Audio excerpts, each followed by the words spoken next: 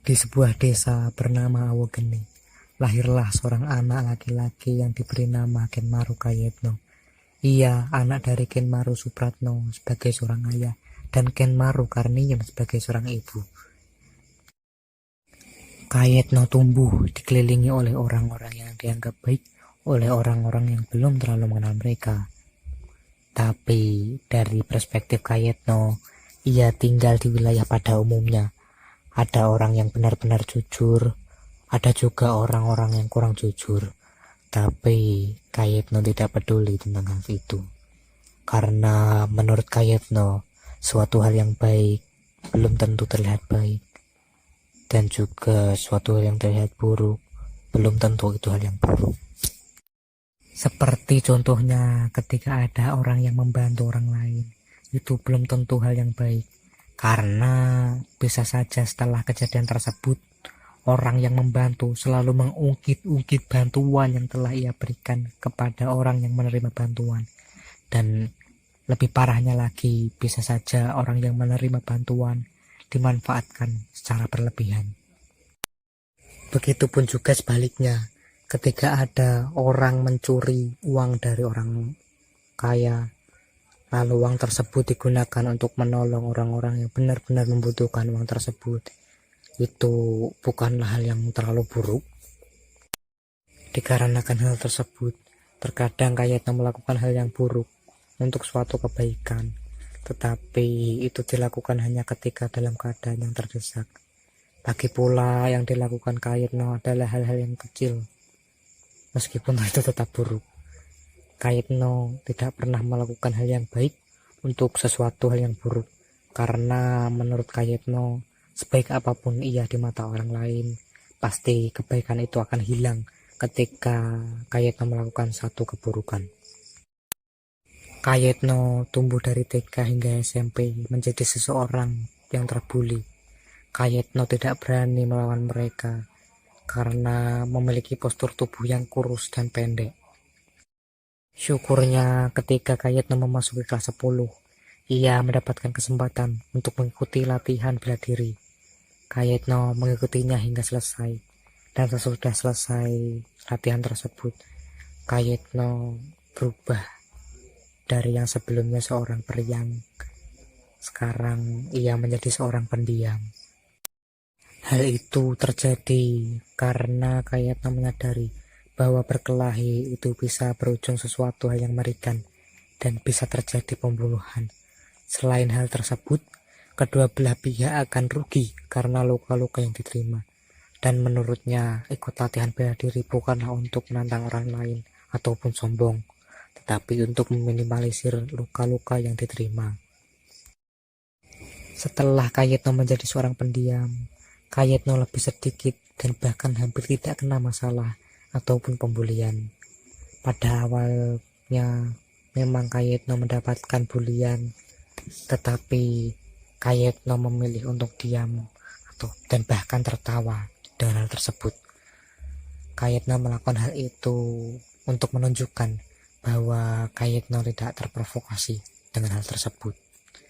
Dikarenakan Kayetno tidak merasa terprovokasi, sang pembuli pun tidak mendapatkan hiburan dan berhenti untuk membuli Kayetno. Meski seorang pendiam, Kayetno tetap memiliki sahabat, walaupun sedikit, tapi persahabatan mereka sangatlah dekat. Bahkan terkadang mereka saling membuli satu sama lain, tetapi tidak ada di antara mereka yang merasa terbuli karena kedekatan mereka. Hingga di suatu hari, Kayetno duduk terdiam karena Senin depan Kayetno akan melaksanakan PTS. Akan tetapi, untuk mengikuti kegiatan tersebut, Kayetno harus sudah melunasi SPP 3 bulan sebelumnya. Sedangkan Kayetno tentu belum bekerja. Ayahnya sedang menganggur karena di PHK di kerjaan sebelumnya, dan juga tidak ada lowongan kerjaan untuk saat itu. 2 hari sebelum pelaksanaan PTS, Kayetno berangkat ke sekolah dengan keadaan pusing. Kayetno hanya diam bahkan di saat bertemu dengan sahabatnya. Lalu sahabatnya pun bertanya, "Oi Kayetno, kamu ini kenapa? Kok diem aja? Kamu ini udah lihat sang pencabut nyawa ya?" Lalu sang Kayetno pun menjawab, "Iya nih, mungkin nanti sang pencabut nyawa akan mencabut masa sekolahku." Di tengah-tengah percakapan tersebut, tiba-tiba ada seorang guru yang datang. Dikarenakan ketika itu udah masuk jam terakhir, sang guru pun berkata, "Ayo anak-anak, bersihkan dan tata meja serta kursi hingga rapi. Setelah itu, baru saya bagikan kartu tes untuk besok Senin."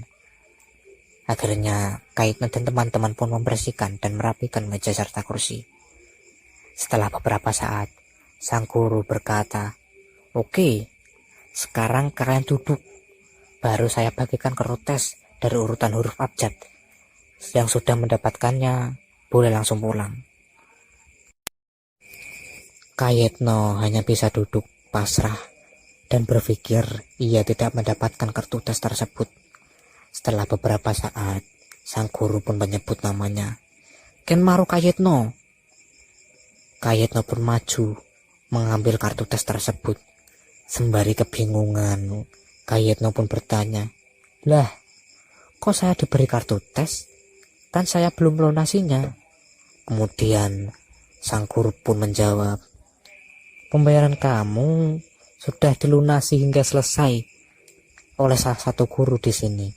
Beliau bernama Bapak Jack Romlan." Setelah menerima kartu tes tersebut, Kayetno pun langsung menemui Pak Romlan.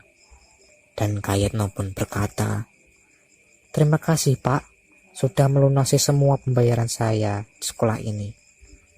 Dan Pak Romlan pun menjawab, "Tak apa, kamu itu orang yang rajin.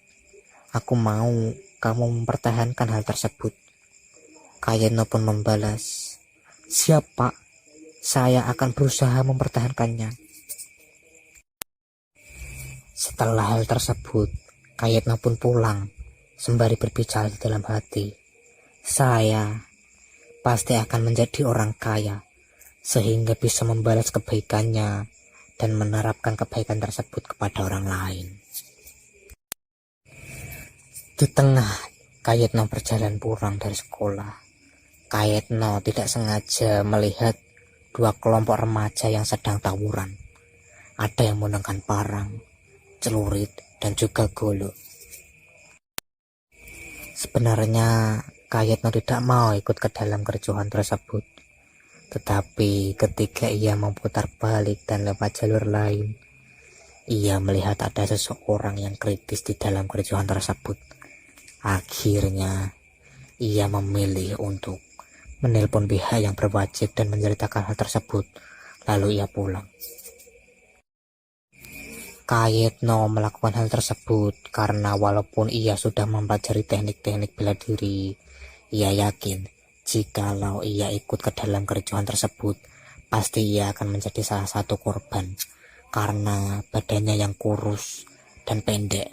Selain itu juga Kayetno tidak membawa senjata, sedangkan orang-orang yang ikut tawuran adalah orang-orang yang membawa senjata.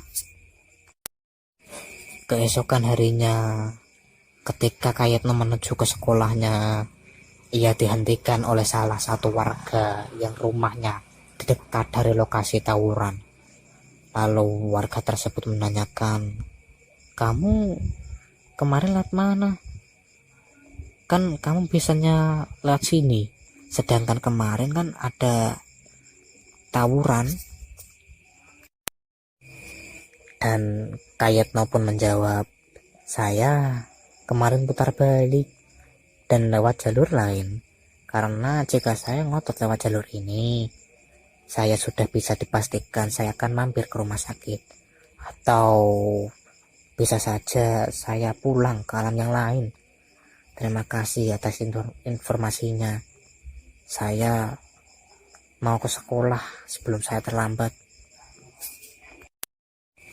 Kayetno pun pergi menuju ke sekolah. Sesampainya Kayetno di sekolah, ia langsung duduk di bangkunya. Sembari menunggu, Kayetno mengambil handphonenya dan membuka aplikasi yang berisi video-video pendek. Dan tanpa sengaja, Kayetno menemukan berita tentang tawuran kemarin dan tercantum korban-korban dari tawuran tersebut. Di antara lain, 1 orang tewas di perjalanan karena kehabisan darah, 8 orang luka-luka ringan, dan 12 orang dirawat di rumah sakit akibat mendapatkan luka yang cukup parah. Setelah melihat berita tersebut, Kayetno berkata di dalam hati, 1 orang yang mati pasti orang kemarin yang kritis. Mungkin karena jarak kantor orang-orang berwenang ke area tawuran tersebut cukup jauh. Ditambah lagi, tidak ada orang yang menyadari sudah ada 1 orang yang kritis. Dan ketika saya melihat orang kritis tersebut, saya tidak meneriaki hal tersebut dikarenakan saya berpikir dan berharap orang-orang dari pihak berwajib datang dengan cepat sehingga sang korban bisa tertolong. Tapi kenyataannya takdir berkata lain. Memang terlalu berharap kepada manusia lain itu suatu hal yang tidak baik. Tapi ya sudahlah. Lagi pula itu terjadi dan saya bisa mengambil beberapa pelajaran dari hal itu. Tapi apa ya alasan mereka tawuran?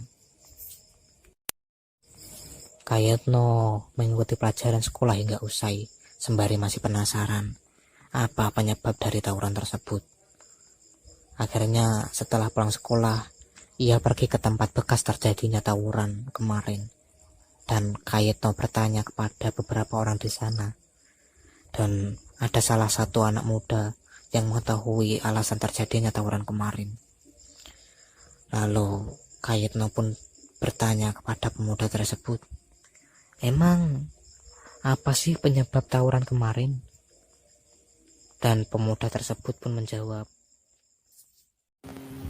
jawabannya ada di video selanjutnya.